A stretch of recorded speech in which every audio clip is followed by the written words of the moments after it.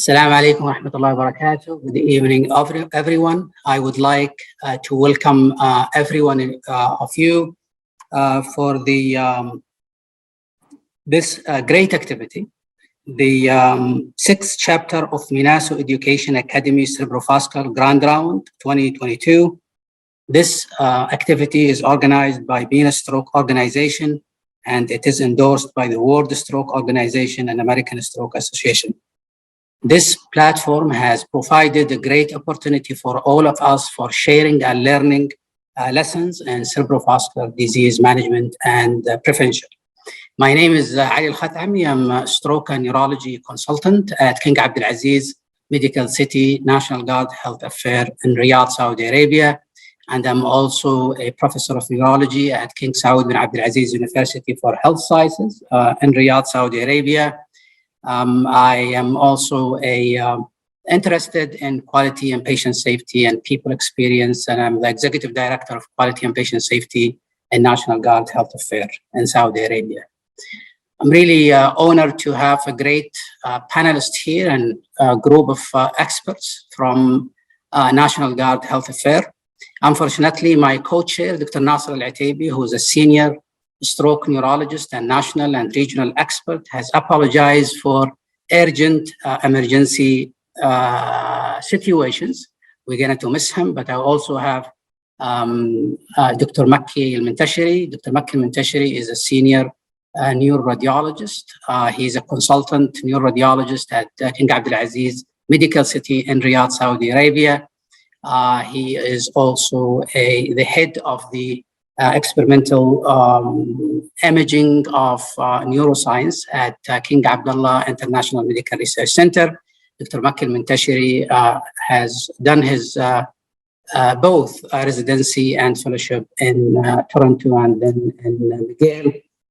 He has contributed quite well in the establishment and promotion of neuroscience in Saudi Arabia.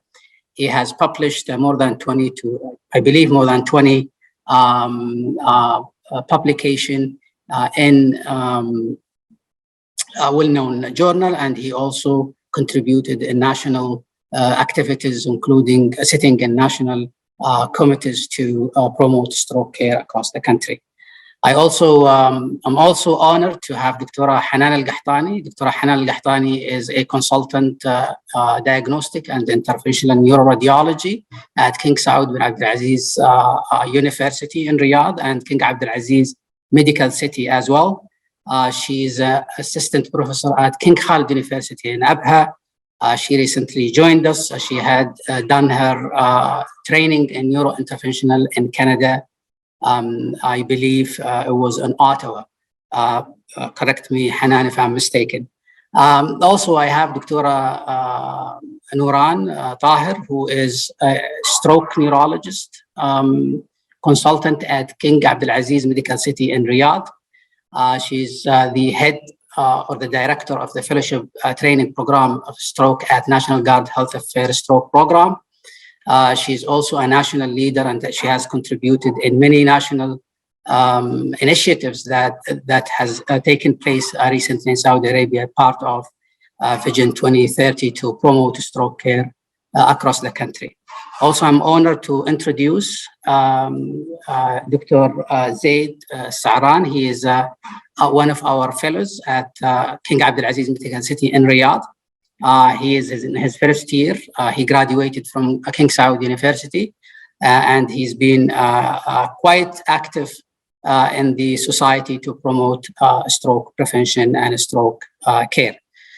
Welcome all. And what we're going to do in the next 1.5 to 2 hours, we have 2 cases. We did not change our style of our usual grand round at National Guard Health Affair stroke program. So we're going to go through the classical grand rounds, back and forth discussion between the panelists. We're going to agree and we're going to disagree again. There will be a lot of controversial among these 2 cases. We'll try to finish in time. And I'm going to hand the mic to Zaid to present the first case, and then we'll take it from there. Zaid, please pick the mic. Okay, thank you so much, both.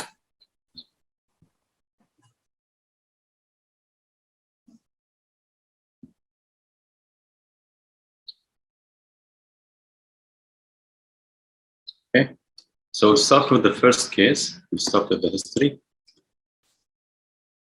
Okay, so this is a 53-year-old gentleman who's a right-handed smoker with a history of diabetes mellitus or metformin.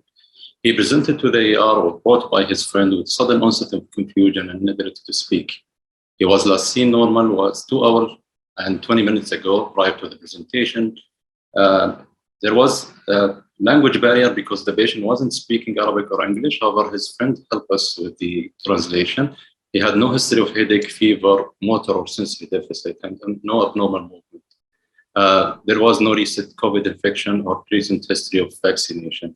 He had no prior similar event in the past. In the clinical examination initially, the patient, when the stroke was activated, he had blood glucose level of 8.6 with normal blood pressure of 146 over 83. His initial NIH score was 3. He had visual field defect. He couldn't blink to fret on one side, and he had an aphasia. We scored it 2. The patient had only mumbling sounds, and there was no comprehensive words, and all the elements of the language testing was impaired. Thank you. Great, thank you so much. So this is a middle-aged man who is quite healthy apart from history of diabetes, quite well, came with the stroke-like presentation to the emergency. And for those who are attending, junior people or residents or trainee who are attending this meeting, I usually, when we have a stroke code or a stroke run, activation and emergency, I ask myself 3 important questions in this situation. Is this ischemic stroke or a stroke mimicker? If ischemic stroke, is the patient candidate for reperfusion therapy? And if the answer is yes, the question number 3, what kind of reperfusion therapy? Now, the problem with these patients, this is an isolated confusion with someone who doesn't, with someone with a very significant language barrier. Now, I sometimes, and I'm sure many of you also might have difficulty to really make sure that this is a stroke, not a stroke mimicker, when someone comes with confusion. I mean, is this really confusion due to aphasia or Nick's aphasia? Or is this kind of confusion because of vascular damage to another strategic area in the brain? Or this is delirium or diffuse encephalopathy? That can be difficult sometimes. Dr. Nuran, would you mind to pick the mic and try to navigate us? How do we differentiate between aphasia and delirium in emergency? I mean, this guy could be simply alcohol withdrawal or whatever, infection, or one of these acute encephalopathy that present to emergency. Yes, totally agree, Dr. Ali. So, Dr. Zaid, if you can go back to the history. So the presence of confusion can give us a wide differential. And as you mentioned, Dr. Ali, that it can be either confusion or delirium, or it can be aphasia, either being a sensory aphasia or a global aphasia. And it's quite challenging in the ER, especially that we are deciding to give TPA or not. I would say in the history that the presentation as a sudden is something very important to think about it, and the presence of fluctuation. So the presence of fluctuation that directs us more toward the delirium rather than the aphasia. I think that the time was only 2 hours and 20 minutes, so there is no fluctuation, seems like that. The other thing that is important is the recent history of any new drugs, especially if the patient used like hypnotic or something, the abuse of alcohol or even like any other medication or drugs. And the other thing is the presence of anything suggestive of infection. So here you mentioned an important note, which is the presence of fever and headache. which will help us to differentiate. The other point in the history, I would say that the presence of a previous memory problem or dementia at baseline, which might direct us a bit toward the delirium. So that's in regard to the history. So in regard to the examination, if you move to the second slide, Zaid, I would say that when you examine the patient level of consciousness, so in delirious patient, they tend actually to be inattentive. And that's something very important to consider while examining them. They have an affection in almost everything. So in the memory, in the wake-up sleep cycle, in their perception. But when you examine their language, so the language itself won't be affected to that extent like in aphasia. So if we looked at the fluency itself, sometimes it might be affected in both, but it can be normal even in both. So if we are talking only about sensory aphasia, so they will have a normal fluency and even delirious patient. But listen to the content itself. Is it grammatically accurate? That's something very important. So if it's grammatically, the grammar is inaccurate, it tends to be aphasia rather than delirium. The other thing, the presence of neologism or paraphasic error, it will hint toward the aphasia more because they don't have that in delirious patient. The other thing is the presence of hallucination. So if the patient is hallucinating, describing like visual hallucination, this directs us a bit more toward the delirium. These are, I would say, the main differential. Another important clue for this case is the presence of another neurological deficit, which is the visual field. So in a delirious patient, usually you don't have another neurological deficit, such as a visual field defect. Look for other thing, a visual field. Look for a neglect. Look for any sensory or motor changes that might direct you toward the aphasia rather than the delirium. So for Fair, Dr. Nouran. I saw this patient in the emergency, and it sounds easy here in the slide retrospectively, but when I saw him first, especially with the language barrier, I wasn't sure whether this is an acute delirium or aphasia. My second question to you is that what other vascular syndrome that can present with pure confusion without other focal finding? Beside Wernicke's aphasia, you mentioned that. But is there any other localization in the brain that if it is hit, it can give you something like acute delirium or confusion? Okay, so I would say that like a right temporal lesion can present with a picture that is like a delirious patient, and it will be sometimes difficult to find the neglect or the other finding. Also in frontal lobe insult, also those patients can be confused and disinhibited. They have a change in their personality, so it can be quite challenging. And we had a very similar case in the floor right now. I would say the last thing is the brainstem and maybe the thalamic involvement. But I would say the brainstem, you might find another finding in the examination. But I would say thalamic, it can be quite challenging in those cases. So if you find someone acutely confused, then you think about these areas, whether a stroke affecting the Wernicke's area or thalamic, subcortical frontal structures. I also, and maybe correct me if I'm mistaken, Dr. Nouran, that right parietal can present with acute confusion state as well. But, okay, so I would say this is a classical stroke run. We're still within the 2.5 hours, Zaid, correct? Yes. So the stroke bundle of care in the emergency is, CT, plain CT, CT angio, and CT perfusion, one run in preparation for possible thrombolysis. And this is what happened in this patient. So this patient was taken right away to the imaging. And Dr. Makki, thank you for being on call with me that night. So can we go through the imaging? Yes, sure. Our stroke protocol is to have direct access to CT scan, which is just beside the emergency department for timing.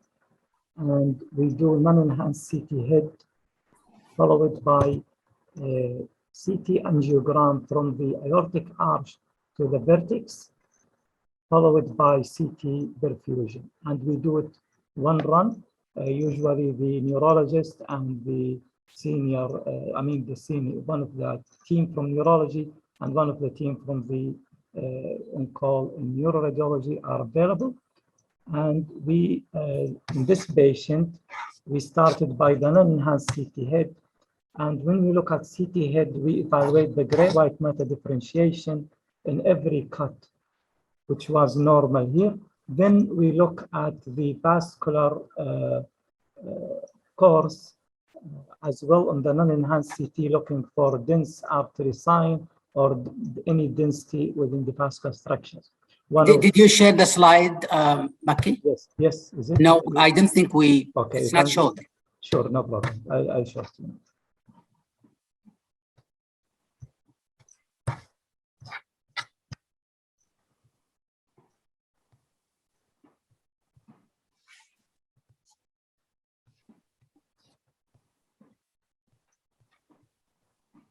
We don't see the slides, Yeah. even the attendees. Sure. You will see. Okay. Is it good now?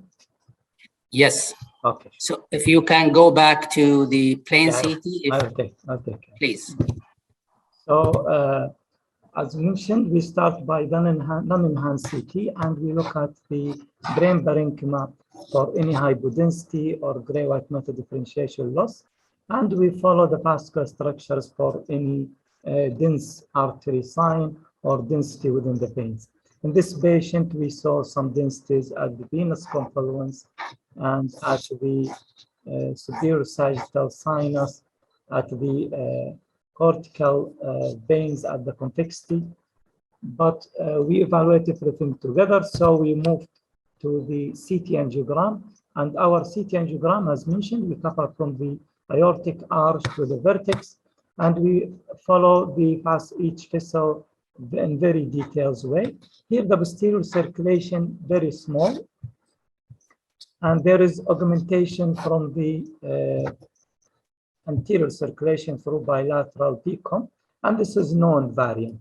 And when we look at the each vessel, it was patent at that time.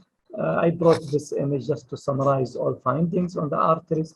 Everything was patent. This is one part of the evaluation of the CT angiogram. The other part, we look at the brain as well. We look at the parenchyma for enhancement, any subtle loss of enhancement that will guide us to the abnormality. Then we look at the venous structures. Our protocol helps to evaluate the intracranial venous structures, which is the dural venous sinuses. But we don't evaluate the internal jugular vein, because if you want to evaluate the internal jugular vein, by that time it will be venous phase, which is late. So we check the protocol and we set it up so we can evaluate the arteries and the dural venous sinuses. And here we see a filling defect in the internal jugular vein at the skull base and at the sigmoid sinus all the way to the confluence, and we saw filling defects in the superior sagittal sinus and the cerebral veins, which were dense on the non-enhanced CT. And if you compare it to the other side, which was filled with contrast, and this was one of our concerns. But as part of our evaluation, we always move to CT perfusion and look at it. Before we evaluate the perfusion maps, I evaluate the technique, make sure that the cursor is in the artery, which is normal, and in the venous confluence, which is filled normally as well. Here, we look at the pre-contrast runs. Then we look at the arterial input flow function and the venous output flow function, and we look at the capillary stage.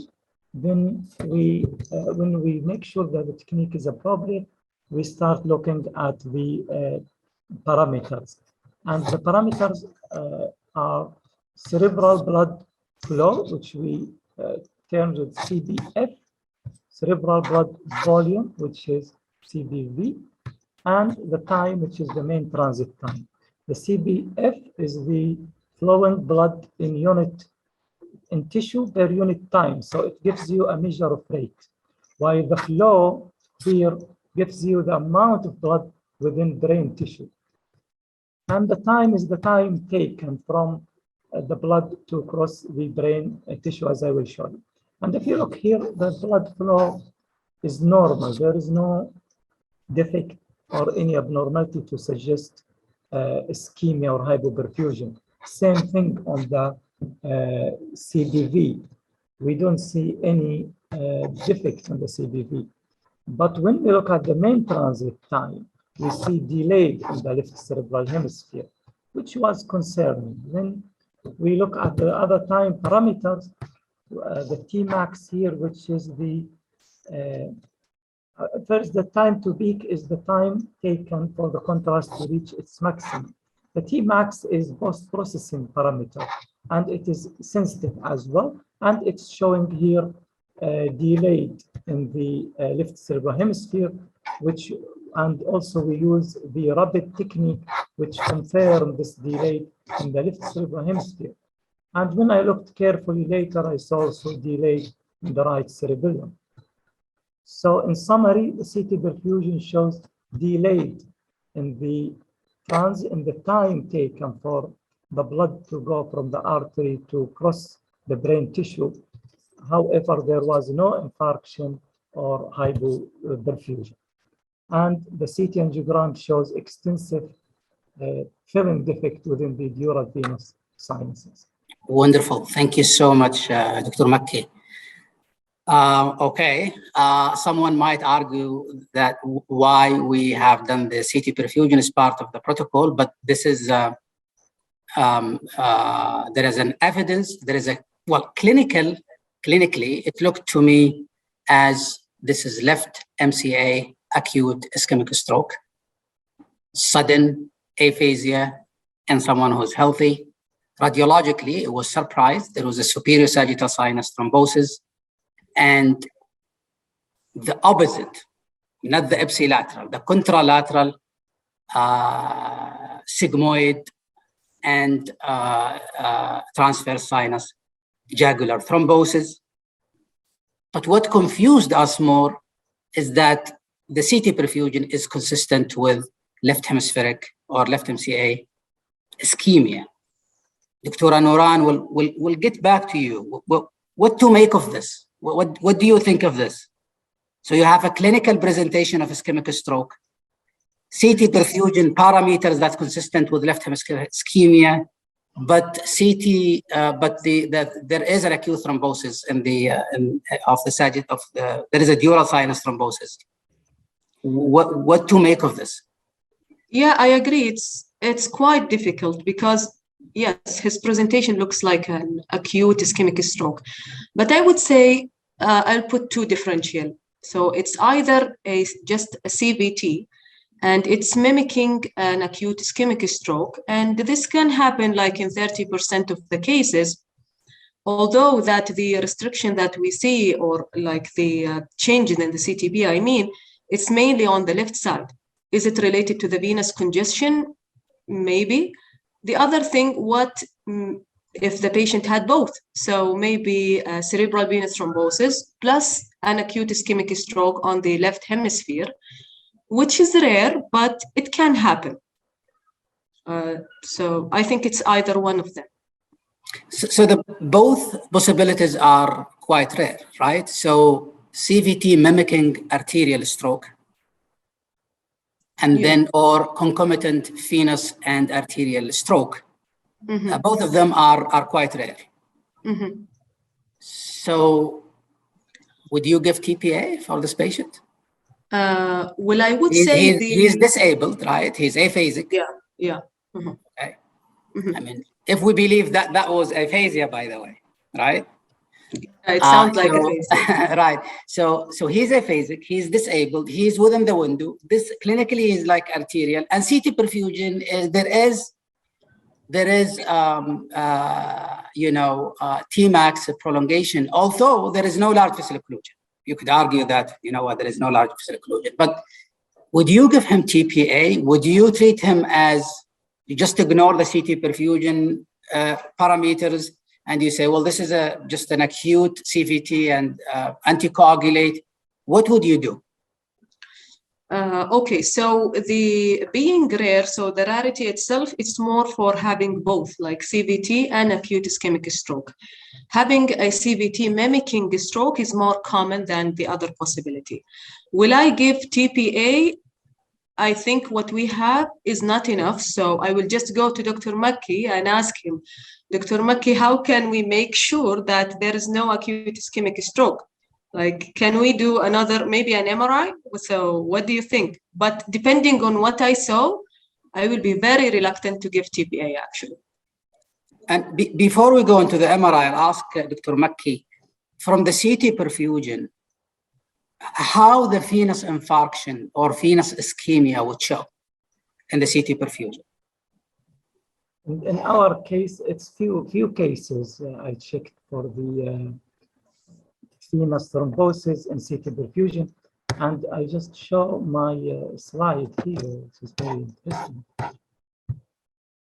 And maybe you answer Dr. Nouran question as well, whether MRI or any other protocol can help us to navigate this case.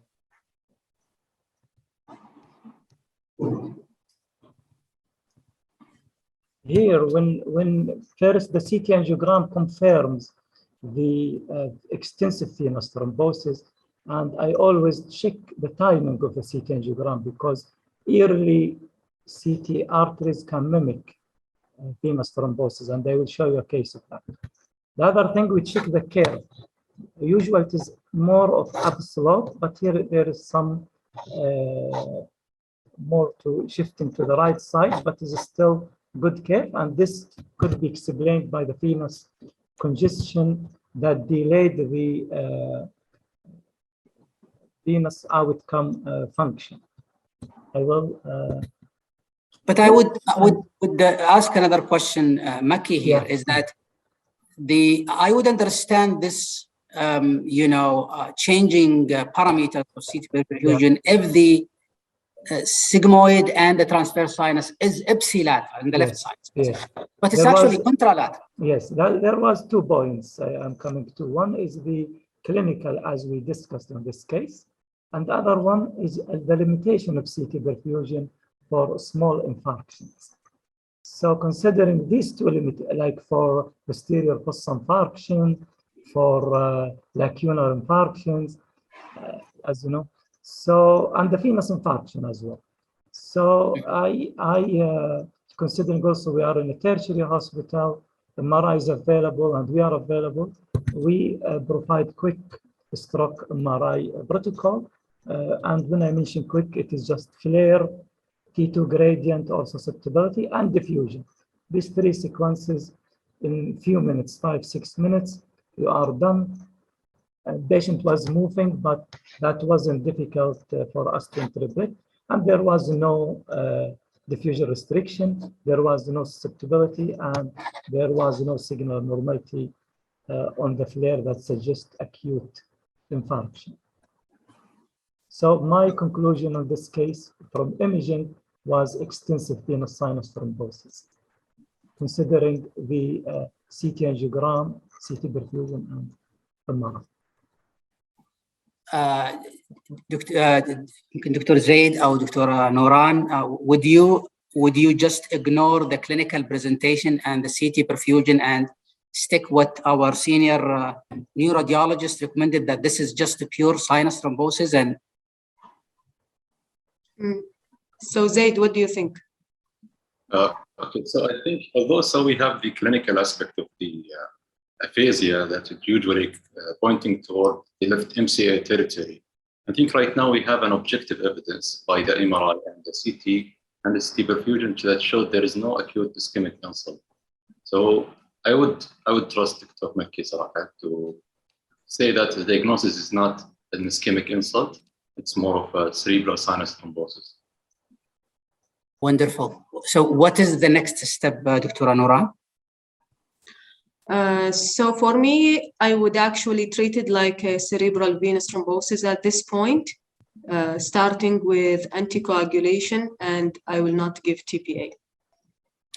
I have came across multiple case series of TPA and sinus thrombosis, and I know this is not this is not the. I guess there was a recent case report when I reviewed it that night that actually they treated patient with IV TPA because they thought this is arterial, similar to our case, and the patient bled. So they advocated that thrombolysis in someone with extensive sinus thrombosis and maybe venous congestion and is dangerous. Is that what you're finding, Dr. Anwaran? What do you think?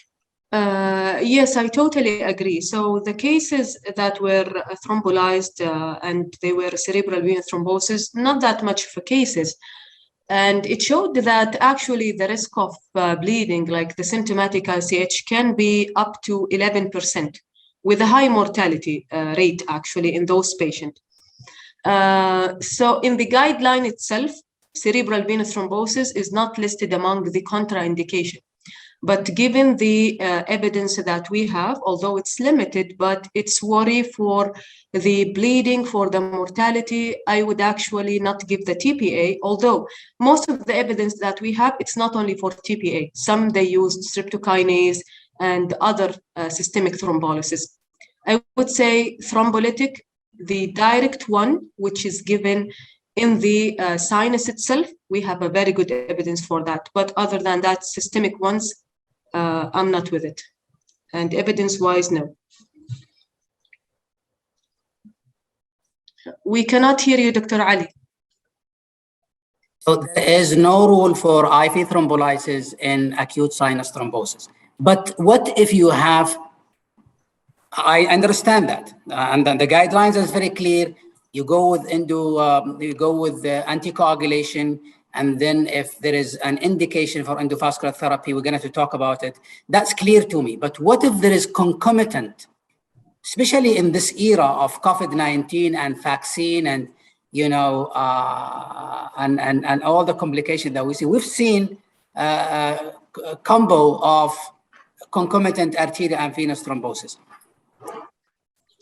So you think it's a high risk? Yeah, if I treated this patient.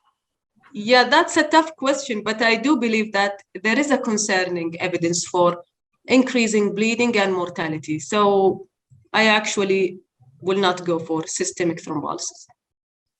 So going to Zaid, what are the cases or what are the causes for concomitant venous and arterial stroke? If you could highlight that for the audience.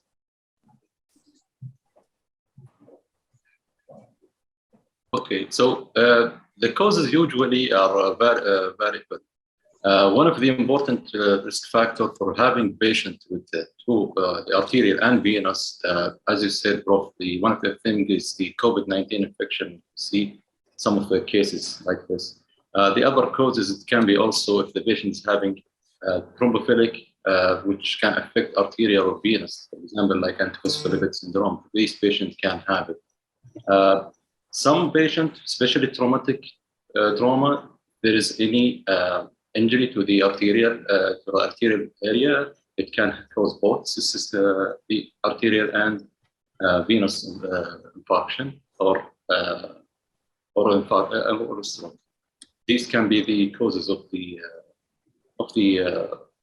concomitant of arterial and venous. Dr. Anwaran, you wanted to add something before we go into and in addition to that, please update us on the recent evidence of medical treatment of sinus thrombosis. Okay, so I would add other rare causes for the concomitant CVT and acute ischemic stroke, like reported cases of celiac disease presenting the same, patients with the use of oral contraceptive pills, even cases were reported. For the treatment, so once you admit the patient, anticoagulation remains the main treatment. and the low molecular weight heparin takes an upper hand.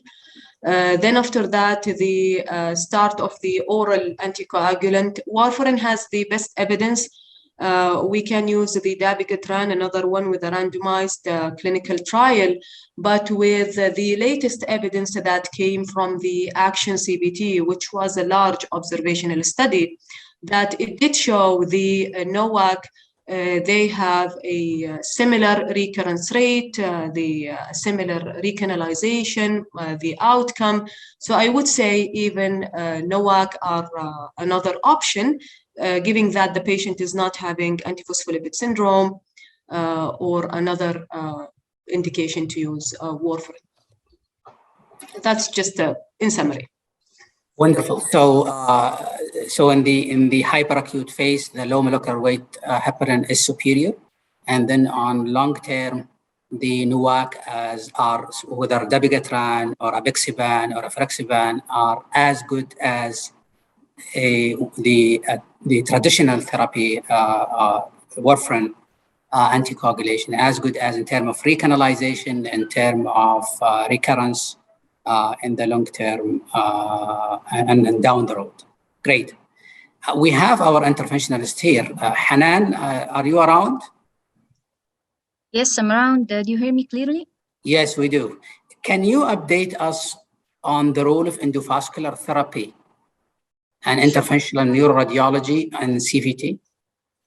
Yes, sure. Let me just share my slides to see a couple of published data about this entity, where up to date, the published data found that the endovascular option is still cannot be the first line of treatment.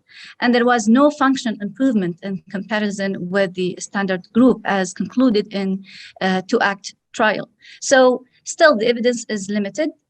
And but the indication for endovascular in severe form of CVT, like in clinical deterioration or progression of the ICH or venous infarction, comatose presentation, deep CVT, posterior fossa involvement, or major contraindication to anticoagulation.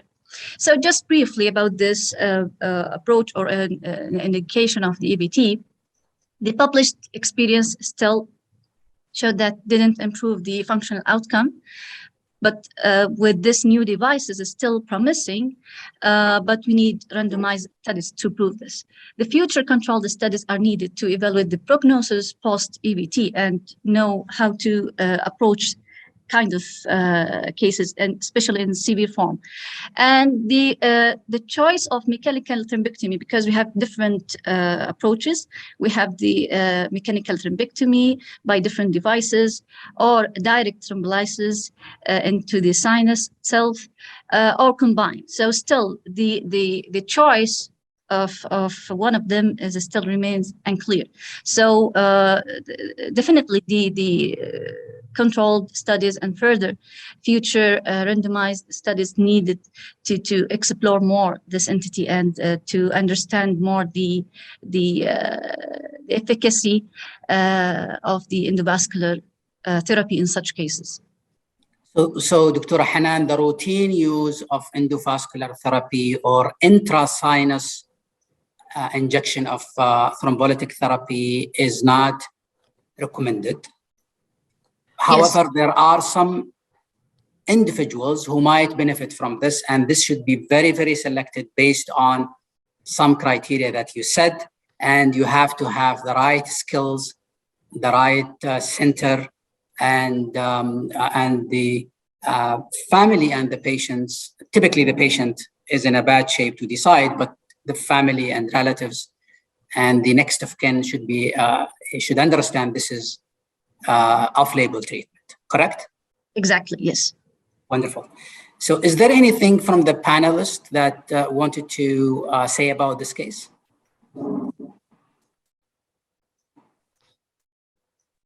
Yeah, I would like to hear from Zaid what happened to the patient. Okay, so the patient actually, the next day he improved. His speech went back to normal. His vision was also normal. We start to take some of the history from him. He's actually, he didn't have any complaint apart from chronic headache over the past maybe 1 month. but it increased on the day of the presentation. So prior to the symptoms, he had sudden severe headache. He had no other history suggestive of malignancy, dehydration, recent infection. Also, there was no family history of any disease. Other substance abuse or medication, patient was only on metformin.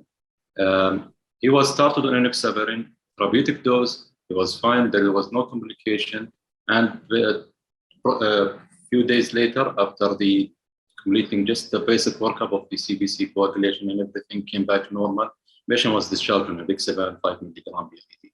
And there was no underlying cause. And, I mean, in this middle age group, I always get worried about underlying cancer, but I think the group had looked into this and there was no identified cause.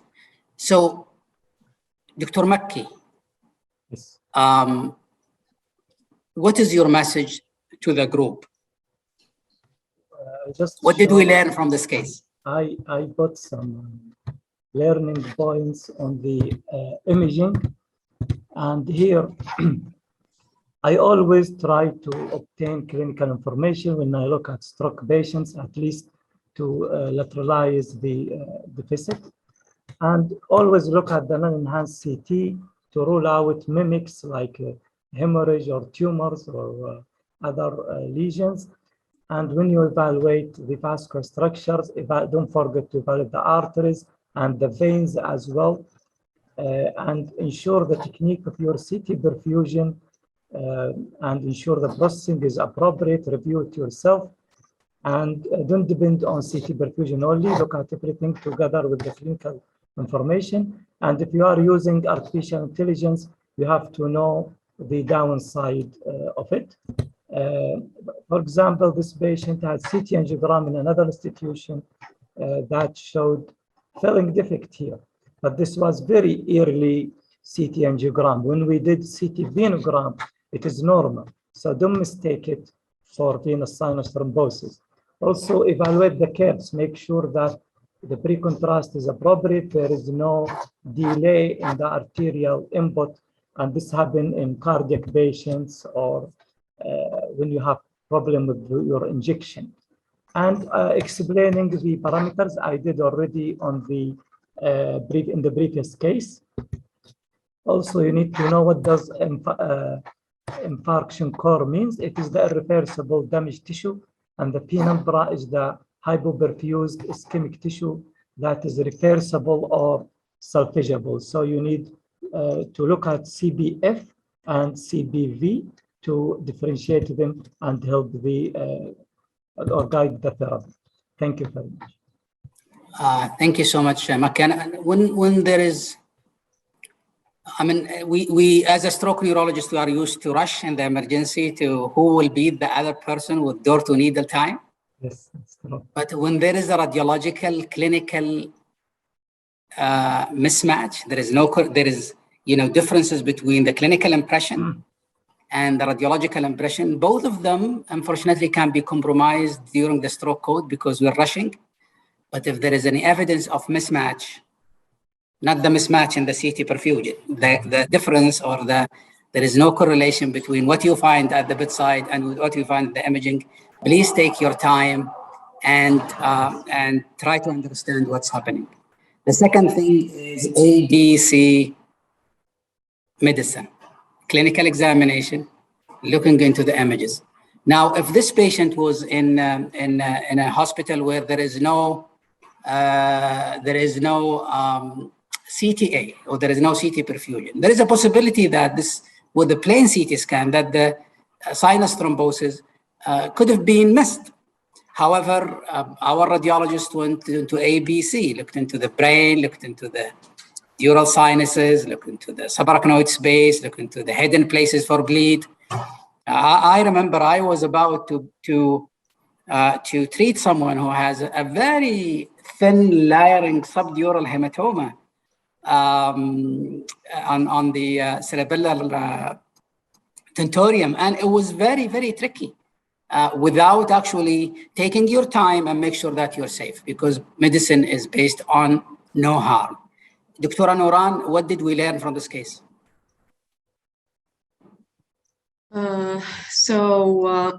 Actually, this case, it made us think outside the box and search for the other possibility, like the concomitant CVT and acute ischemic stroke. And this is one of the rare conditions that actually we came across it with this case, and what are the possible reasons for this one.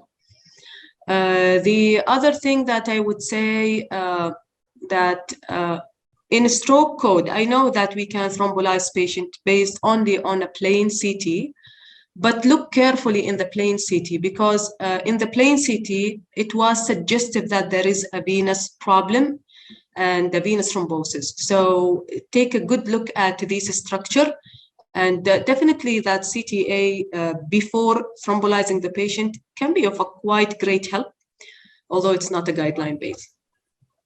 Wonderful. Okay, so we're going to conclude, and I'll ask the audience if you have any questions about this case. Please list it in the Q&A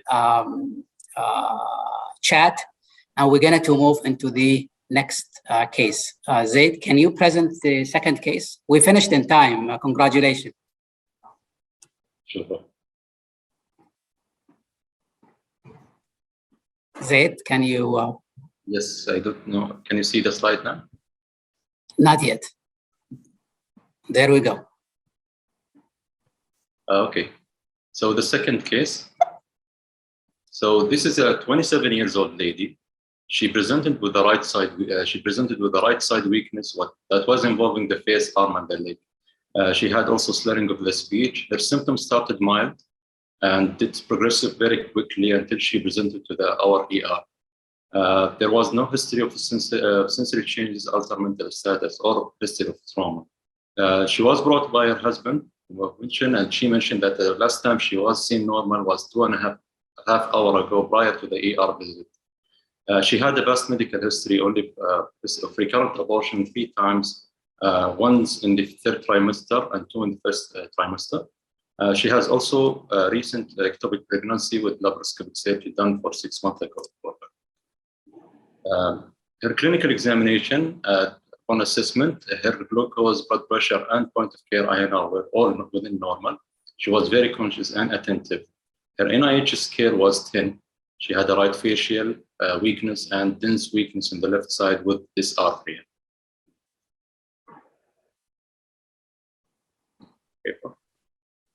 Okay, you're done, Zaid.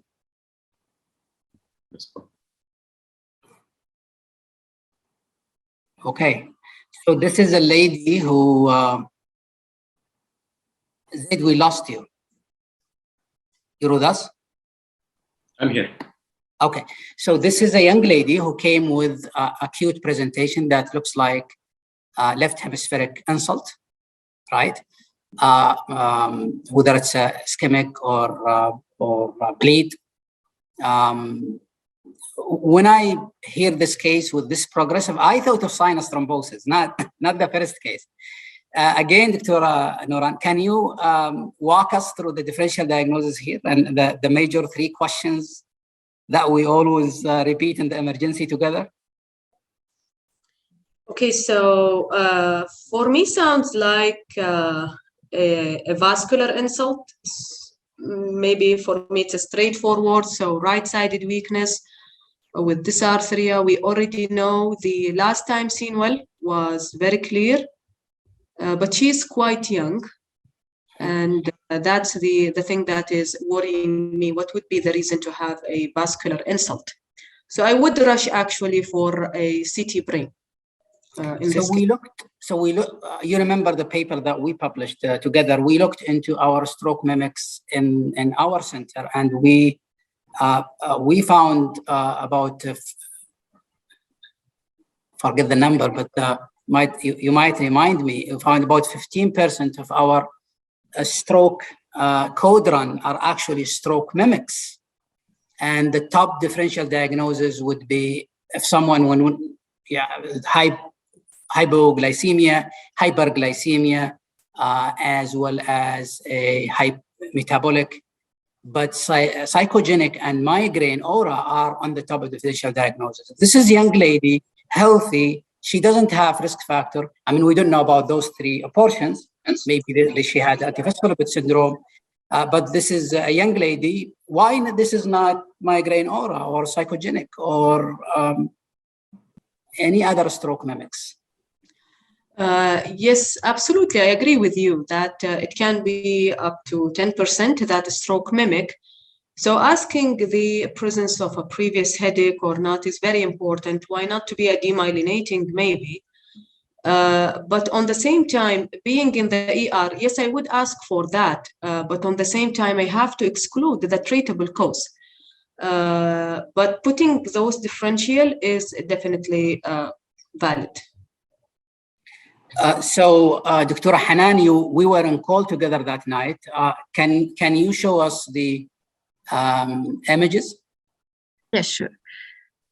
Let me just share my slides. Okay, so as Dr. Makki mentioned in regards to the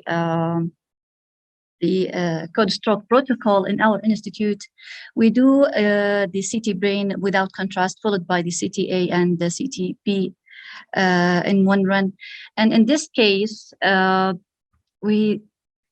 you see here in the CT minus, there is a quite good gray white matter differentiation, and there is here hyperdense MCA sign indicates. Hanan, can you go back into that and try to freeze it so it becomes clear for people?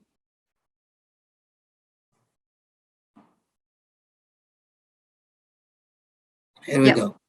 So this is a hyperdense MCA sign, indicates that there is an acute clot sitting in the MCA. And as Dr. Makki mentioned, that the ABC in regards to evaluate the brain parenchyma, the gray-white matter differentiation, exclude hemorrhage, and to look at the aspect score, which stands for the Alberta Stroke Program Early CT score, which is for early detection of ischemic changes. And when it's more than 6 is good, and it gives or predicts a good functional outcome later on. So here, there is a subtle hypodensity in the putamen and the posterior limb of the internal capsule. So we gave it around 8, which is good. So this is the information from the CT without contrast. Then move on to the CT angio. So in the CT angiogram, we so there is a flame-like hyperdense contrast at the origin of the left ICA with like the hyperdense linear, which is likely a dissected flap with this the flame-shaped hyperdense contrast filling on top of it. And there was a complete, I didn't bring the all images, but it was a complete occlusion in the cervical ICA with retrograde filling to the vitreous segment at the skull base, and an M1 occlusion with retrograde filling from the contralateral through the ACOM. So this is a tandem, acute tandem occlusion, M1 with cervical occlusion. And most likely— stop there. Let's stop there, Dr. Hanan, and go back to Zaid. So you have a CT scan that showed you have a clinical presentation of acute left MCA stroke that is disabling, NIH of 10 within 2.5 hours. And you have an evidence of good-looking scan, no hemorrhage, aspect of 8, and this is the CT finding. What is your next step? What would you recommend in this case? Okay, so the patient, after discussion of the imaging, it seems that, as you said, it's clear.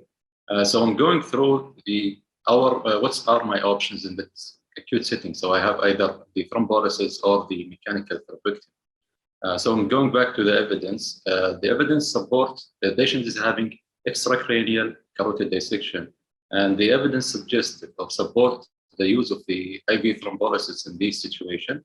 Also, in regard of the IV mechanical thrombectomy, this is also supported or can be used in the acute setting of acute carotid dissection.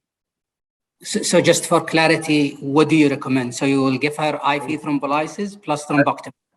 I would, after the exclusion of the contraindication, I would go for the thrombolysis, IV thrombolysis, and going for the endovascular treatment also. So, Dr. Nouran, do you agree at this point of time? Before agreeing on that, especially on the IBTPA, I would like to know from Dr. Hanan and from the radiology at that night, do we know that if this extracranial dissection actually extended intracranially? Because I will be worried about the subarachnoid hemorrhage in this case if the patient received TPA. So Dr. Hanan, how can we know? Is there an intracranial dissection or is it just an extracranial with M1 occlusion? Okay. So Dr. Hanan, classically the intracranial dissection or extension of, intracranial dissection or extension of the extracranial into intracranial dissection is absolute contraindication for thrombolysis. So the question of Dr. Nouran, now there is a clear dissection that extending from proximal carotid way up to the base of the skull. How would you assure her that there is no extension intracranially and the TPA is safe? Okay, so since we have a retrograde filling from the contralateral ICA through the ACOM, retrogradely filling back to the skull base, that's like assuring us there is no intracranial extension or intracranial dissection. So it's just a extracranial dissection and the intracranial part is patent. If it's dissected, we'll not see this, the retrograde filling back to the skull base where the point of the dissection stopped there. So this is from imaging. I can't tell that there is no extension or there is no an intracranial dissection. And from clinical point of view, Dr. Nouran, is there any clue in the history or clinical examination to exclude, intracranial extension of the dissection? As far as I know, that seems not. So I would agree with Dr. Zaid and I would give TPA. So in some people with intracranial dissection, if there is already a subarachnoid hemorrhage, there will be a headache. So any painful stroke is a concern. So if you have a painful stroke, someone come with a stroke and pain, always think about dissection in general, especially anterior circulation. Anterior circulation is not painful unless there is dissection. There is a small proportion of posterior circulation a stroke can be painful. So she didn't have any headache, no thunderclap. So there was nothing radiologically or clinically suggestive of intracranial dissection. So you wanted to give her combined therapy, Dr. Nouran, TPA and plus thrombectomy, correct? Yes. Do you need further imaging? Do you need CT perfusion? She's within the window, so she presented just within the 4.5 hours actually for TPA and with a good aspect and the disabling stroke, so I actually don't need it. Is there any downside of doing CT perfusion in the first 6 hours? Well, actually, yes, because the how much it's sensitive, it really affected in the first 3 hours. And sometimes it can give you what we call it like a ghost infarct at the end, where you see that there is an area that might be already infarcted in the CBF, but then later when you do the follow-up, there is actually nothing. So because of that, so in the first 3 to 6 hours, I actually do not rely on the CT perfusion for my decision for thrombolysis and for the EVT. Let's go to Dr. Makki. So the overestimation of the core or what we call ghost infarct phenomena in CT perfusion, can you comment on that? This is why most of the time we do not prefer to do a CT perfusion in the 6 hours. We just go pragmatic, good looking scan, good aspect. You have occlusions, just go on. So can you comment on this CT perfusion in the first 6 hours? CT perfusion, I think it is. Well, if you look at the CT angiogram. بعيد صوتك مكي. Okay, if you look at the CT angiogram closely, you will be able to obtain most of the information you get from CT perfusion. So CT perfusion shouldn't push you away from appropriate evaluation of the patient. If you look at the CBV and you see defect, perfusion defect on CBV, then this is infarction. It is it usually corresponds to the infarction core, while CBF, which is the flow, is the one that can be variable because in the early phase there are collaterals help perfusing the brain, right? So you see the infarction core and you see surrounding penumbra, which is the ischemic or hypoperfused area that is salvageable, and this is it's variant because of presence of collaterals in the early, but these collaterals might fail later and CBF become more clear. But we do look at the CBF independent. We have also the time parameter, the main transit time, and the TTB and the Tmax. So I would say CT perfusion can add, but shouldn't push you away from appropriate decision. Hanan, thank you, Makki. Can you show us the finding of CT perfusion? And we routinely do CT perfusion in our center for learning, for research, and for calibration and for standardization as well, because every group of patients we go back and we review because we don't have a local data for our parameters, right? In Saudi Arabia or Middle East, so everyone should be familiar with his own group. All the data and parameters that we have from in the literature is coming from the West literature. So that was the reason why we do CT perfusion in every patient. Hanan, can you highlight the finding? Okay, so here, this is the CBF, and here is the CBV, and this is the MTT, and this is the Tmax. So here, as you see, this is a low in the CBF, where the CBV looks normal. So this is a large mismatch findings inconsistent with a penumbra. But as we said that in less than 6 hours, the pitfalls is high in CT perfusion. So, and even in this case that with the proximal occlusion, so the proximal occlusion or poor cardiac output, it might affect the readings. So in less than 6 hours, the decision mainly based on the CT, CTA, and the clinical. But in this case, it's okay. That showed that this is a large penumbra when comparing the CBF and CBV. The Tmax and NTT is time sensitive, where sometimes that be affected, as I said, to the other causes.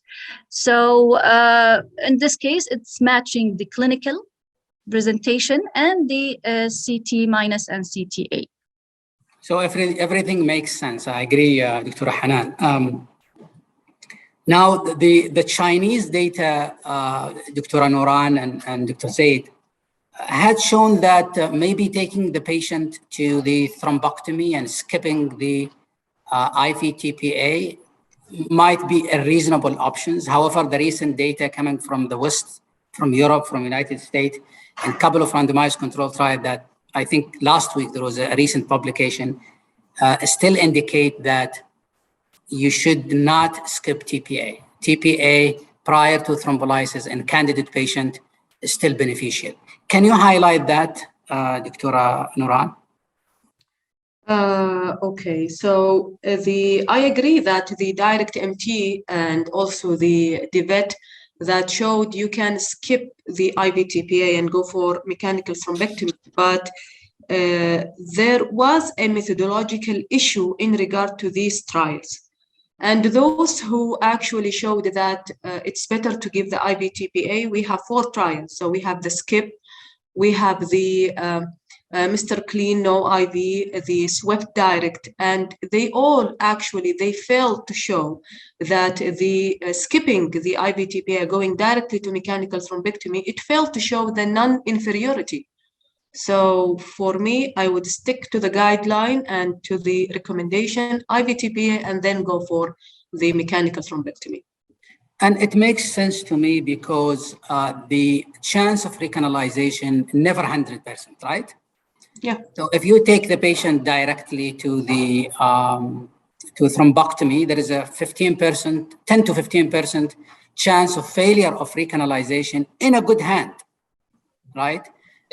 In the best clinical trials, the recanalization rate might reach 90, in some centers 85. So there is a chance that you may take the patient, skip TPA, take the patient to the NG suite, and at the end you fail to recanalize the patient. This is one reason. The second reason is that there is a significant number of patients that they don't respond to thrombectomy. And the hypothesis behind that, I mean, there are many reasons, but one reason that we think it's contributing is that you open the macrovasculature, you open the big artery, the big pipe, but the smaller pipes distally, the microvasculature, is still occluded with microthrombi. And TPA would work for these small ones. So you might reperfuse the brain, you might recanalize the blood vessel, but in the same time, there might be a failure of reperfusion due to the small distal vessels are occluded with microemboli. And these microemboli are coming either from the shower, from the original thrombus, or just because of the stasis and the slow flow, there might be in situ thrombosis as well. And this is the scientific basis behind adjunctive therapy to thrombectomy, including IV antiplatelet therapies and ongoing research these days. There are multiple ongoing clinical trials, and hopefully we'll hear we'll have the results in the coming few years. So the panelists agree that we'll take the patient to give TPA and then take her to the thrombectomy. Zaid, what happened to her? So yeah, just quickly, prior the patient received the management of recombinant TPA. She had no immediate complication, and she was taken immediately to the NG suite without any delay. So what was her door to needle time? Her door to needle time was around 30 minutes, and door to NG suite was 40 minutes. So, Dr. Hanan, we were together that night in the NG suite. Was quite challenging case. Can you show with us and share with us the imaging? Yes, sure. So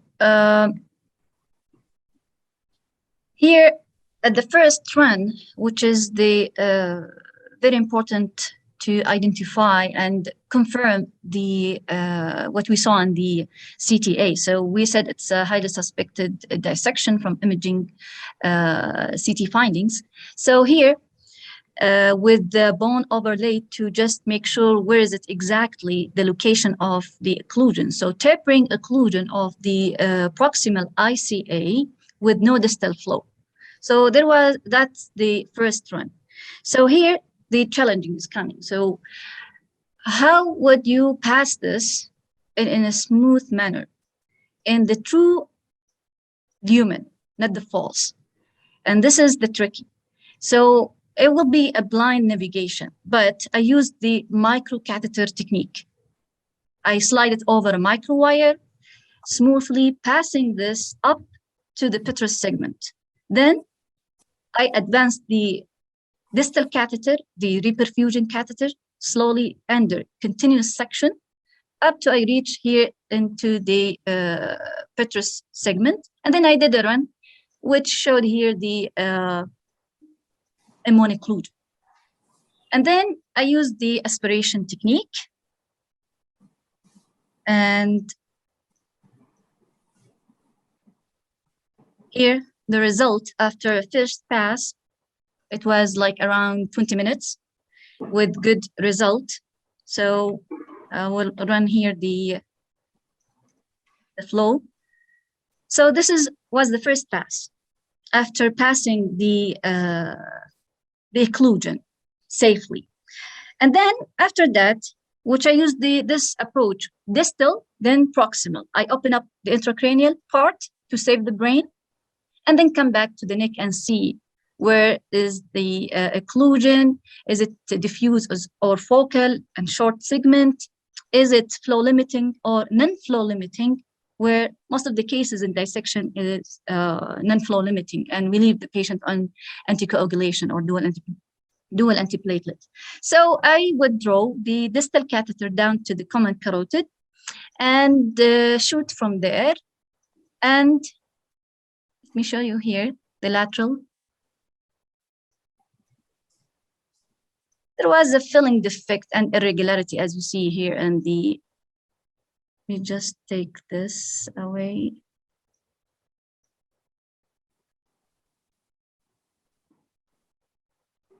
Yes, so here, the filling defect and irregularity at the origin. So I kept the aspiration on, and just hopefully that that clot will came out and will leave the carotid safely open. So slightly reduced in size, but with like 1 or 2 minutes, the carotid start to collapse and I lost the intracranial part. So, but the trick now in such cases, I have to secure the pathway. So I lift the microwire up. So I know where I can go through the true lumen. So this is very fast for me to go again and open up the intracranial as a distal approach. Then I open it up nicely, and then I come back and see what's going on in the cervical part. So they were like new forming clots, as you see here, and start the intracranial part collapsing again. I went for the second time, for the third time to open up the distal. And then we discussed that night, if you remember, Dr. Ali, that now we have to drop stent and restore the circulation distal and proximal, because this is a flow limiting dissection. So we dropped the stent safely, and it was open nicely with good patency, and the flow restore proximally and distally. And we reached a good TICI, like was 2C, 2B. And then as a clinical evaluation, and here are the images of the clots that we were able to aspirate it. And the clinically was the NIH dropped like, I don't remember exactly on table, but she started to move the right side, the upper and lower, but still the speech is still affected. But it was good, like to have a quick, rapid movement and quick improvement of the NIH. And then we did the CT brain post mechanical thrombectomy, because now we have a stent and we have to load her with a dual antiplatelet, as this is the usual practice in our institute. So we saw here, this is a hyperdensity within the infarct core, as we saw before in the CT minus. So this is most likely a contrast staining there, but we cannot exclude mixing with bleed. So we just load her with aspirin, 300, and then we said, okay, let's do a repeat CT scan in less than 12 hours and see if that's gonna resolve completely, so we can load her with the second agent, which is the Plavix. So the follow-up CT, we did the dual energy protocol, which is really good in terms of assuring us, is this a contrast or bleed? So the technique that to have different KV low and high kV. So this is the hyperdensity here in the 80 kV. When increased, the kV up to 140 is completely disappeared. That's inconsistent with contrast, not bleed. And here, the iodine overlay, there is a hyperdensity here. So again, this is a contrast. The sensitivity is 100%, specificity around 91, and the accuracy around 93. So we said, okay, fine. Well, now we can load her with the Plavix, and she was loaded. Upon discharge, the NIH came down to 0. We did the baseline ultrasound. The stent was open, nicely patent, and the good flow. And we said, okay, let's see her in 3 months and repeat the 3 months follow-up ultrasound. And it was done and showed the same. It's patent, no instant stenosis or thrombosis, good flow internally. And we stopped the Plavix, and she's on aspirin alone now. And the MRS is 0. So this is the whole story till the 3 months that we saw her in clinic. Wonderful. I was trying to kill some noise around me here. So, so Dr. Nouran, this is a lady who had IVTPA. She already had an early ischemic changes in the CT scan. Her aspect was 8. She reperfused. There is a questionable post-procedure or pre-procedural, maybe hemorrhagic transformation, although that was rolled out later. How can we, and we are now at a situation where we're forced to give her double antiplatelet to keep the stent patent. How do, in general, we deal with the antithrombotic during these scenarios when there is a emergent stent needed, whether intracranial or in the carotid, and there is already patient is at high risk for hemorrhagic transformation? Okay, so that's a tough situation, definitely. And I believe that I will be quite shaky at this point. But given the situation itself, we know that deploying a stent using the antiplatelet is a must. So we cannot skip that, and that's a fact. So what is the risk of having a bleeding or a symptomatic ICH if we give the antiplatelet in such patient? There is not much evidence behind it, but the cases that were reported actually, where they used the same way that we did, giving the patient TPA, deploying a stent acutely, they loaded the patient with aspirin and Plavix, and they found that in some of the cases there was absolutely no bleeding, while in other it can reach up to like 8%. So is there a risk of bleeding? I would say yes. We have to outweigh the risk and benefit, and I believe that the benefit is more than the risk.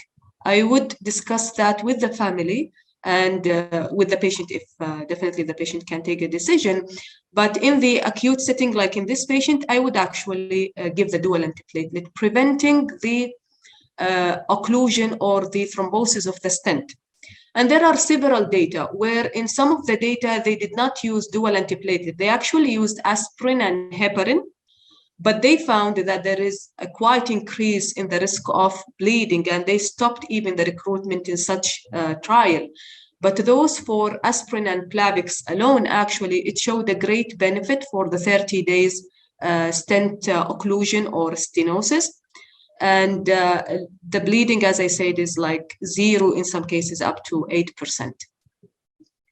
But the current guidelines, Dr. Nouran and the panelists and the group, does not support giving antiplatelet after thrombolysis right away. You have to wait for 24 hours, but not in these situations, right? Yeah. This is a special situation where you have to use this antiplatelet. So what was the underlying cause, Zaid, of her dissection? Okay, so patient actually improved directly. As Dr. Hanan mentioned, that NIH was 6 in the table, and the next day, with time she started to improve. Actually, we started to take a more detailed history from her. She didn't have any history of trivial trauma or recent infection or any neck manipulation. She did not have any history of dissection in the family or stroke in young. There was also no morphonoid examination. She didn't have any hyperelasticity or any morphonoid feature or any dystrophic feature. So the next, we did for her basic investigation and extensive investigation. So, Dr. Hanan, if you can go to the next slide. Yeah. So we did for her echo ECG, and she was on monitoring the stroke unit was normal. All her basic workup came back negative. Also, we did for her renal ultrasound and renal Doppler ultrasound. It came back negative. So the only thing that we left about it's the dissection and unclear reason, possibility to be spontaneous carotid dissection. In general, these spontaneous dissections are quite rare. Dissection in general is considered quite rare. It's only represented 2% of stroke. Some people say that it's more than that, but because these patients with minor symptoms like such as headache or neck pain usually do not present to the hospital. Most frequently in the young age group or the middle with a mean age of 40. Usually it is happening because of the intimal tear, which is most common, aside from the fibromuscular dysplasia, which is usually the adventitious layer. Symptoms vary from headache to major deficit, depend on the patient. Most of the patients have spontaneous, as mentioned before. It is the good thing about spontaneous dissection. It has the favorable outcome. Especially basilar artery dissection, they usually have the worst outcome with 60% mortality. So what's the risk of developing dissection or recurrent of the dissection, multiple carotid dissection, multiple dissection at the same time? This is one of the risk factors, but the most important one is the age. Younger age, especially they put the cutoff, most of the study that it's a 40 or 45. If it's younger, the risk is higher than the age group. There is one study mentioned that 2% is the first month. It's the highest risk with annual risk of 1%. In terms of radiological, so sometime we need to review the radiology. So this is a question of to continue or not, or to stop the antiplatelet. Stenosis improve in 80 to 90% of the cases, mostly occur in the first 2 months and rare after the 6 months. So the patient, we spoke about her. She's back to normal, alhamdulillah, no recurrence of symptoms and aspirin only, and her ultrasound was normal. So great. So in summary, not in this case because the natural history has been changed by stent, right? But naturally, the recanalization rate or the improvement of stenosis is significant. The recurrence rate is about 1% per year. Again, it depends on the underlying etiology as well. So I do believe that this lady has fibromuscular dysplasia that is not diagnosed, but hopefully we'll get her back and see how can we confirm the diagnosis. Now, what did we learn, Dr. Nuran, from this case? So I would say that one of the important learning point is at what time or what are the indications for stenting in patient with dissection. I think that's an important question. So whenever there is a usually failure of our medical treatment, then we go for the stenting. And actually this happened acutely for our patient where she was having a flow limiting dissection. And that was the indication for stent deployment. I think that was one of the major learning points in this case. What about you, Zaid? I would like to hear from you. What did you learn from it? I agree, Doctora. The other thing is regarding the acute management. So we have to be careful, especially if the situation, if there is extending of the dissection intracranially.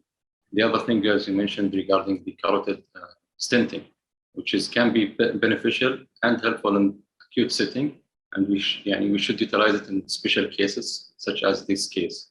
The other thing is investigation. So although it's 50% of the patient, they say it's spontaneous dissection, but most of the study, when I reviewed them, they mentioned the recurrence of the dissection, but nobody mentioned exactly if they investigated fully for these patients who had recurrence, what's the underlying mechanism.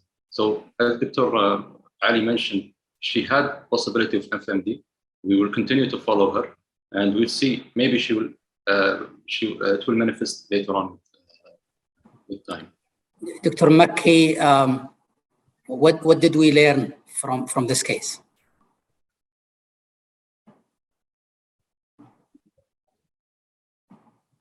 You're muted, Makki. It's interesting, the imaging to me, very interesting to see complete acute thrombus in the left MCA and at the same time complete occlusion of the left ICA. So is it dissection of ICA and thrombus of MCA, or chronic occlusion of ICA and embolus in the left MCA? That was managed very appropriately in the emergency situation by the on-call team. The other thing, how would it differ if we still have residual small left ICA lumen that make us say, okay, there is a dissection of the left ICA, but not completely occluded, and the left MCA is completely occluded.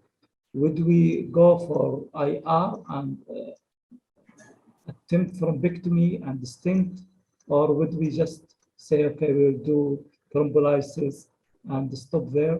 So maybe a comment on this would help us. Right. You were a bit distant, Makki, so some of the, I don't know if it's from my side or from your side, some of your comments, I did not pick them up, but I will go to Dr. Hanan.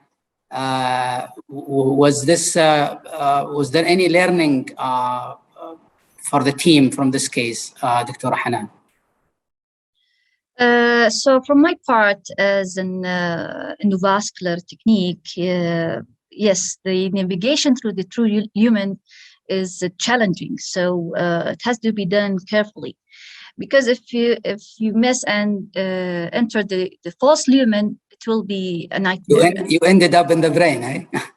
Exactly, and then the complication will start on the dissection. The false lumen, it might rupture and cause a bleed, and then you will lose the branch and the intracranial afterwards. So the challenging maneuvers is very important to start with, and it's the first step to say, yes, I have to go either distal and then proximal, or to start proximal and then distal.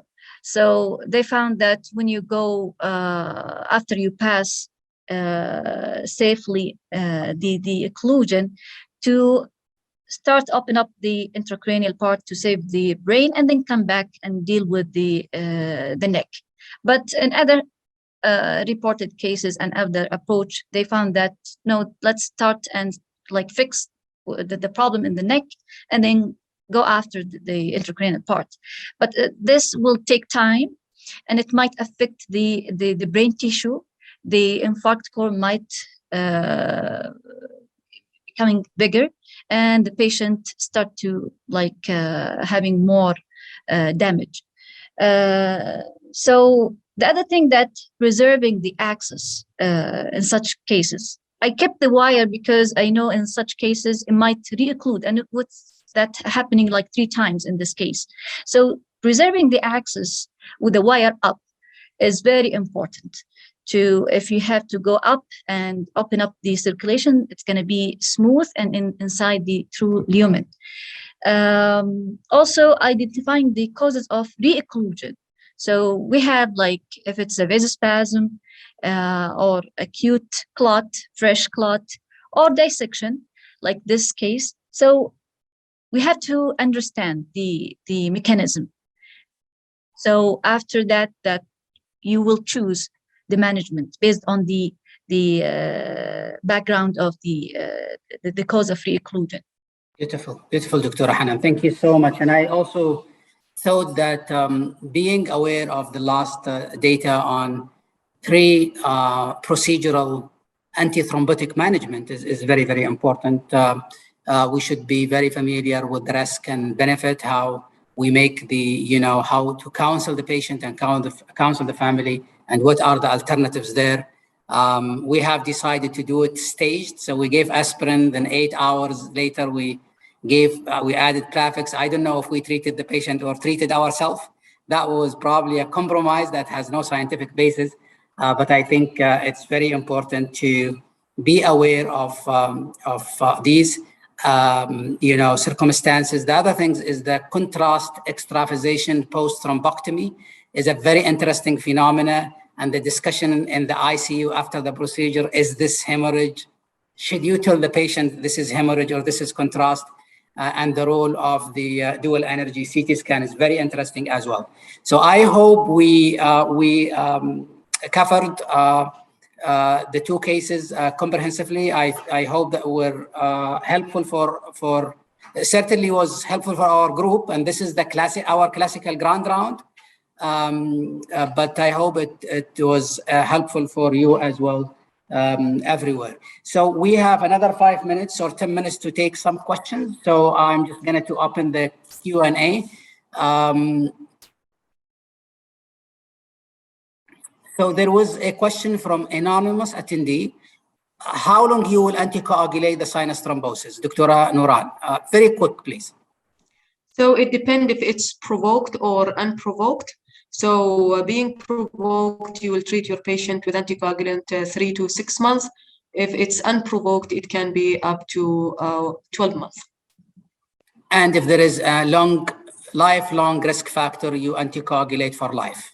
Definitely. If there is a hereditary or recurrent thrombophilia, correct? Yeah, or antiphospholipid syndrome, or as you mentioned, recurrent events. Would recanalization, do you follow recanalization, and would it change your duration of therapy, Dr. Nuran? Well, actually, we used to follow it. Like you can repeat your image like in 3 months or more. But if the patient is clinically stable and improving, there is actually no quite need to repeat it. And up to 20 to 25% of patients, they showed actually no recanalization. Sometimes it will not change my management, actually, unless the patient is not improving. So I agree with you. There is no data to indicate that recanalization in the future down the road change the strategy for management. I do personally follow them in 6 months. And to be honest with you, if they do not recanalize the way I wish, I sometimes extend anticoagulation. I'm not quite sure if that's just my approach or it's helpful, but that's something that I do myself. And I know there is no evidence, but I do not disagree with you. There is a question here from Muhammad. If this patient turned to have true concomitant arterial and ischemic stroke and she has MCA infarction, would you still anticoagulate her acutely? Meaning the enoxaparin, the low molecular weight heparin? Yeah, so this patient, we agreed at the end that this is isolated, this is only CVT mimicking arterial stroke. What if MRI showed infarction that looks like arterial infarction? Would you still anticoagulate acutely? Well, actually, I would say yes, because if you do not treat the cerebral venous thrombosis, it will just progress and you will lose your patient. So anticoagulation is a must in CVT. Right, and the hemorrhagic transformation of ischemia? Yeah, there is definitely a risk, but the benefit outweighs the risk. If we do not treat those patients with cerebral venous thrombosis, anyway, they are going to develop a venous infarct that might end up with a bleed and all these stuff. Emma is asking about the first case. Did we have a follow-up in outpatient setting? Weeks, months? The patient is recent. It was 6 weeks ago. We didn't have follow-up yet. What was their functional outcome? He was discharged from the hospital almost normal.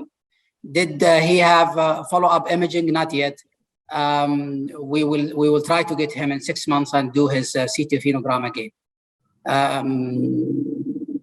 So we answered the question from about the duration of therapy. So what are the clinical findings that can suggest concomitant CVT and ischemic stroke?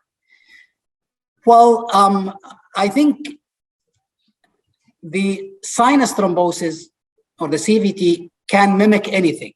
It has a diverse clinical presentation. It could look like arterial stroke. It can present in any way, right? Whether acute, chronic, hyperacute. I think the imaging would help, whether there is a concomitant CVT and ischemic stroke. This is rare entity. It just came during the discussion, but our case is a CVT. There is Abdurrahman, Abdurrahman Al-Tuwergi. If he is our Al-Tuwergi, he's a wonderful senior resident that we work with. I am seriously thinking of seizure in number 1, no LVO and large hypoperfusion. The second, seizure well known to cause the hypoperfusion, not sure that. My understanding that focal deficit almost always has an MRI finding on CT or edema at least. So totally agree, Abdurrahman, with you that this is the confusion, whether this was just confusion due to encephalopathy, seizure, or was true aphasia. That was a matter of discussion.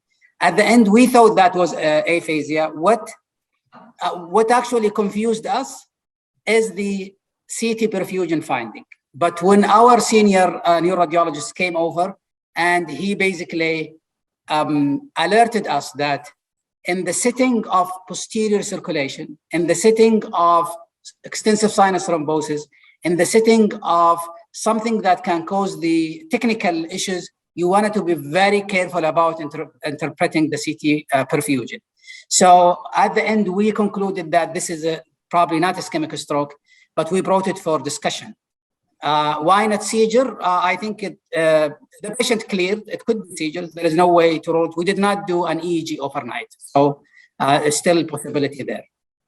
Anonymous attendee for second case. Would you tenecteplase instead of TPA?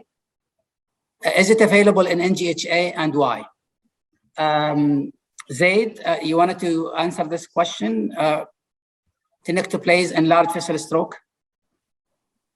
Yeah, so it's, the latest guideline showed that it can be used.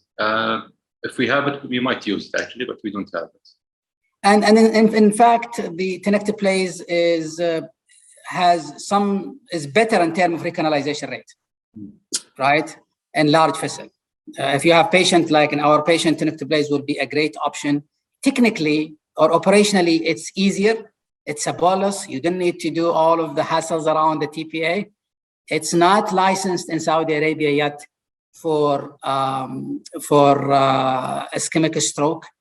And there is a global shortage of tenecteplase, I think due to manufacturing issue. So it is not available in MNGHA.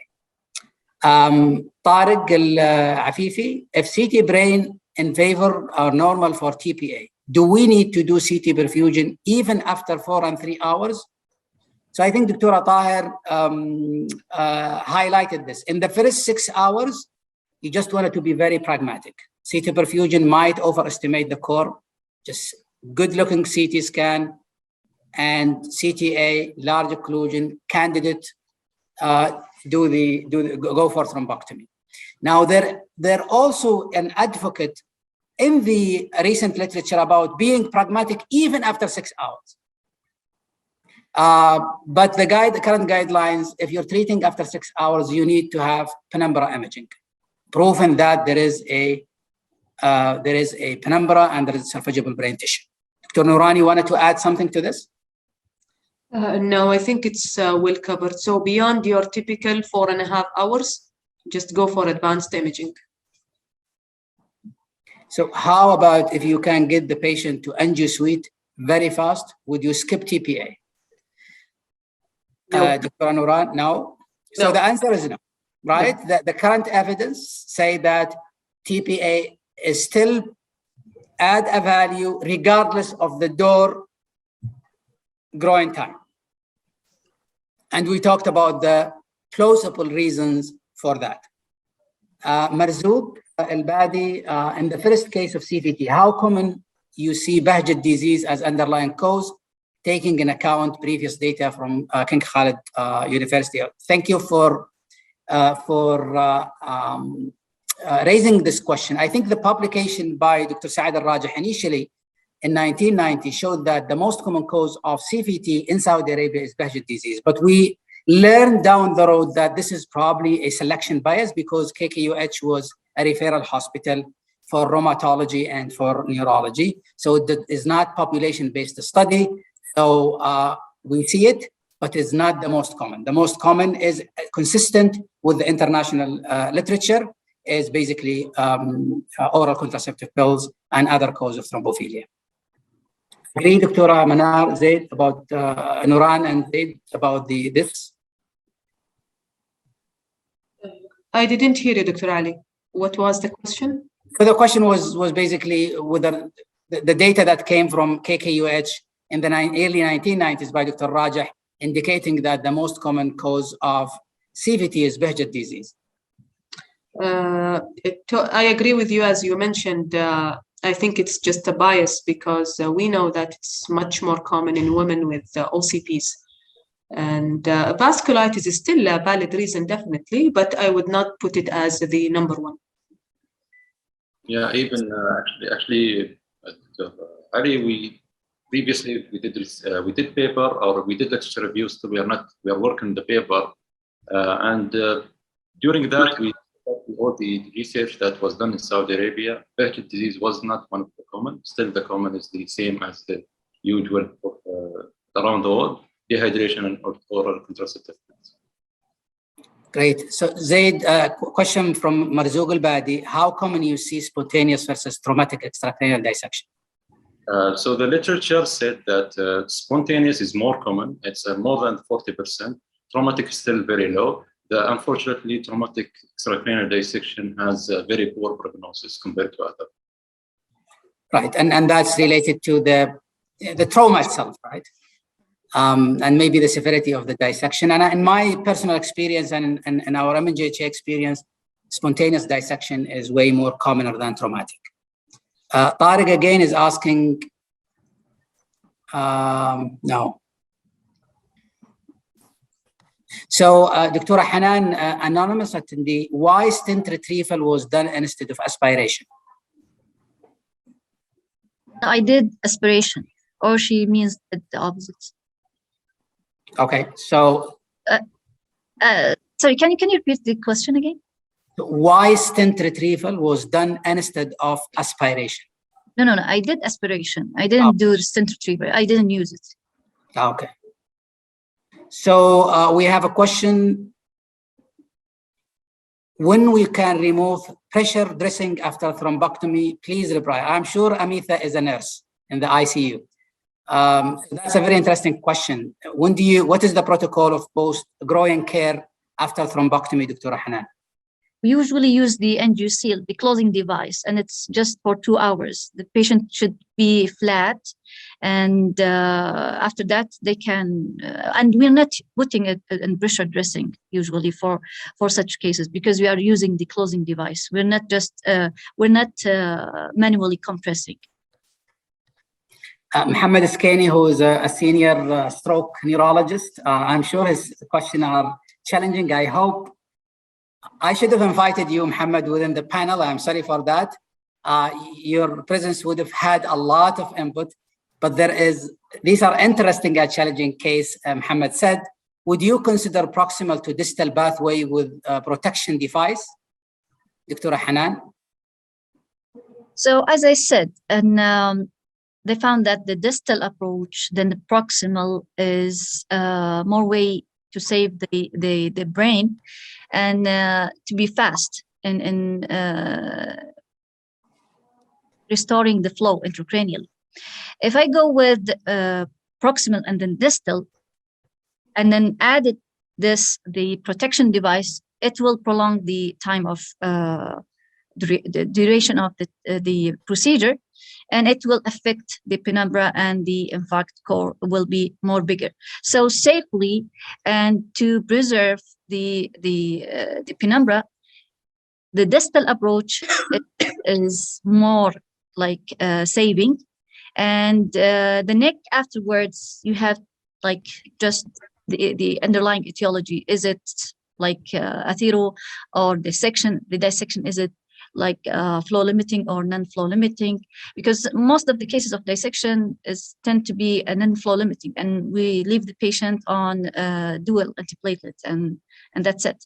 But prolonging the procedure for extra step, it will affect the brain penumbra, the penumbra. Definitely. I mean, that approach, the proximal to distal pathway approach, is against the concept of time is brain, right? So you wanted to do something exactly, yeah, right. The other things is that Muhammad is saying this is a case of tandem occlusion, which account approximately 15% of acute LVO cases, represent about 20-30% in the landmark trials of EVT.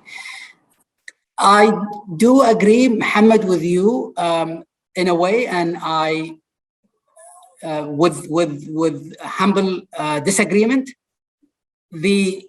Also, in another part, the tandem lesions that we see in clinical trials are not dissection. Majority of them are atherosclerosis or carotid stenosis due to atherosclerosis and tandem occlusion, not dissection, not a flap. So this case in particular wouldn't be fined more than 1%, or even 1% would be more in the clinical trials. So dissection itself, with emergent stent needed to improve the flow, there is a lot of evidence on it. It's rare because the dissection is rare, and the use of stent and dissection is even more rare. So these cases are very, very rare. What you're talking about, the 20-30% of landmark trials, are carotid stenosis with distal occlusion. Now, number 3, what was the final diagnosis? Spontaneous dissection, any secondary cause identified? It was a spontaneous dissection. No secondary cause identified up to now, based on the workup that we have done. We'll take another 2 questions. Luis, do you routinely perform factor 3-5 protein CNS in your thrombophilic workup for arterial stroke, despite substantial evidence supporting risk factors for venous thrombosis? Would you take that, Dr. Anuran? So does he mean that we sent for the thrombophilia workup in case of acute ischemic stroke? So no, the hereditary thrombophilia screening in arterial stroke versus venous stroke. We know the evidence that is very well established in venous stroke, and the evidence that it is contributing, and even what to do for it in arterial stroke is not very well established. So do you still screen for these? Generally no, but I do screen for those thrombophilia if the patient, let's say, have a PFO. So if the patient got a PFO and a cryptogenic stroke, yes, I do look for the thrombophilia, because that might be a reason to anticoagulate, not to close the PFO. But generally in acute ischemic stroke, I do not do it. But even stroke in young?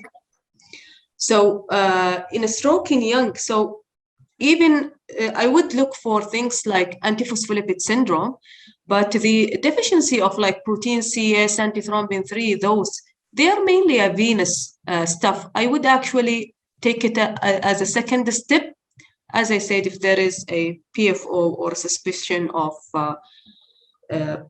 fistula maybe, but other than that, no, it's not a routine. So Muhammad Shamari was asking a very interesting question. If emergent stenting was anticipated before going to the before giving the TPA, would you withhold TPA to start with? You never know. So we don't know that we are going to put a stent actually. So will it hold me back to give TPA? I don't think so. But as I told you, at that time, I will not be sure that I will put a stent. Right? Right. Amitha was asking, is it possible to do a stent in case of recurrent stroke within 3 months? The question is very generic, and I don't think we can comment on this. Okay, please increase, Gamar, please increase your volume. Okay, shout, guys. I think there is a problem with the voice. Ima is asking, will the second patient or someone like her have to take lifelong medication to prevent future incident, assuming she leads a cardiovascular lifestyle? Would she be facing additional risk in the case she decided to become pregnant or have physically strenuous work and sport? That's a very interesting question. So I'll take this. Now, the pathophysiology of a stroke determine the secondary prevention and the precautions. So her cause is dissection. It's not related to atherosclerosis. And the annual risk in the future is about 1%. So cumulatively, in 5, 10 years, 15 years, there is a good chance of recurrence, either on the same side or on the other side. But again, that would depend on the cause of the dissection. For example, if she has fibromuscular dysplasia, even her risk is higher. If she has Marfan or Marfanoid syndrome, her risk is higher, and so on. What would you tell her? Well, I would definitely ask her to avoid, strenuous exercise, forceful sports, high velocity neck manipulation, that like massage therapy and chiropractor. Definitely, these are important things to make sure that she avoid them. Pregnancy. There are many things to talk about pregnancy. Definitely, the antiplatelet should be, thought of. I am not aware, and maybe Nuran and Zaid and the panelists can correct me or can comment on this. I am not aware that pregnancy by itself is a risk factor for recurrence ischemic stroke. Certainly, it is a risk factor for thrombophilia. So if she has another reason for thrombosis, we need to talk about it. But she can get pregnant in the future. Nuran, is that reasonable? Yes, I think so. Yes, definitely. But I would like to comment because she was mentioning how long will she need to be treated, right?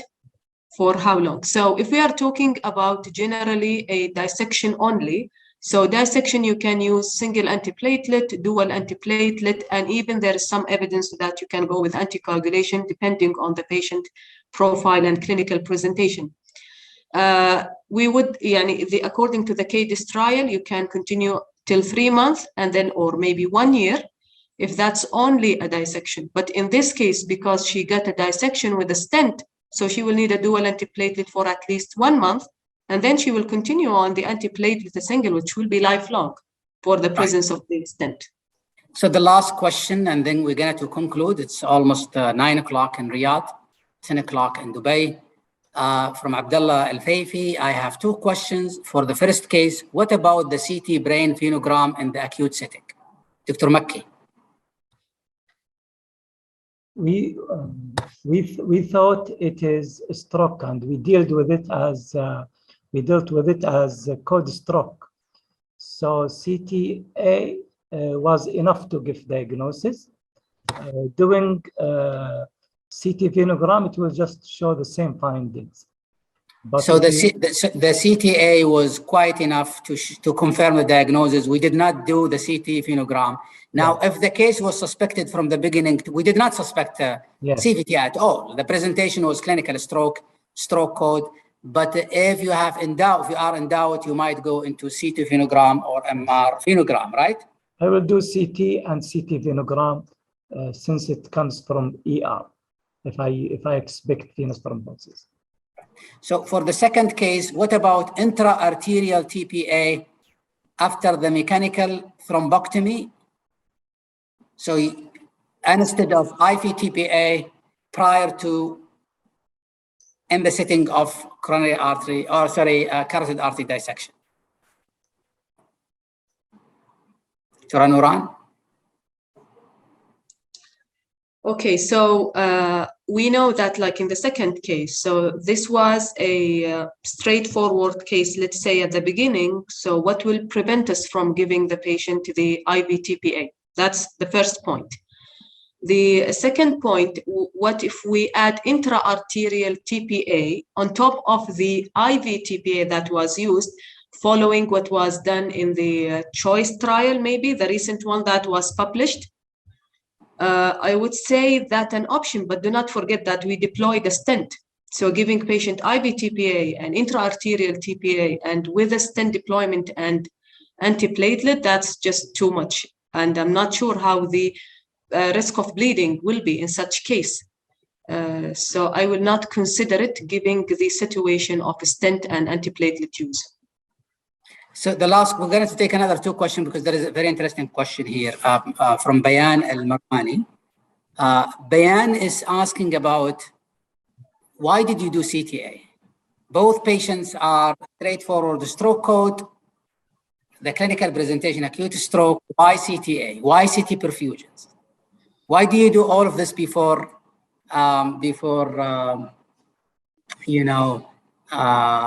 TPA?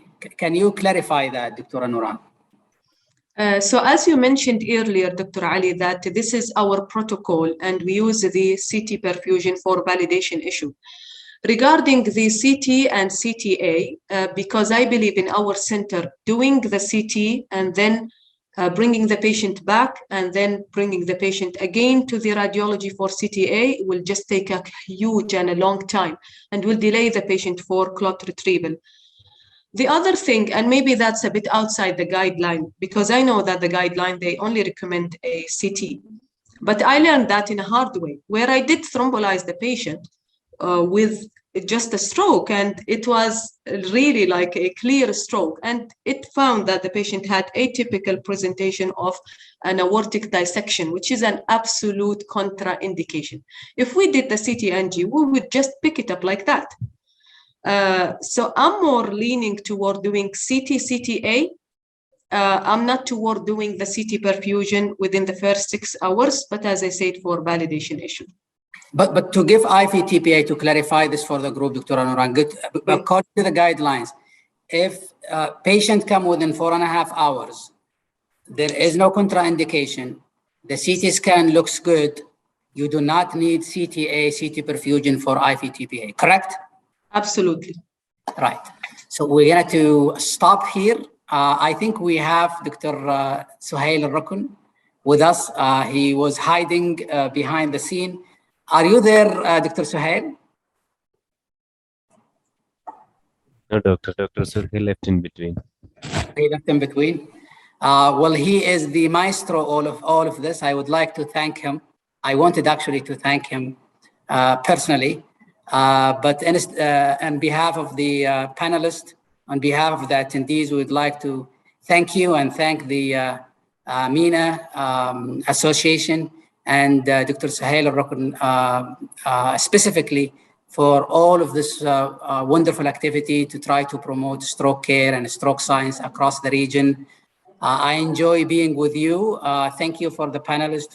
Thank you for people who actually stayed with us. The participants are up to this moment 2,300 attendees. Thank you all and have a great evening. Bye bye. في أمان الله ودمتم بخير.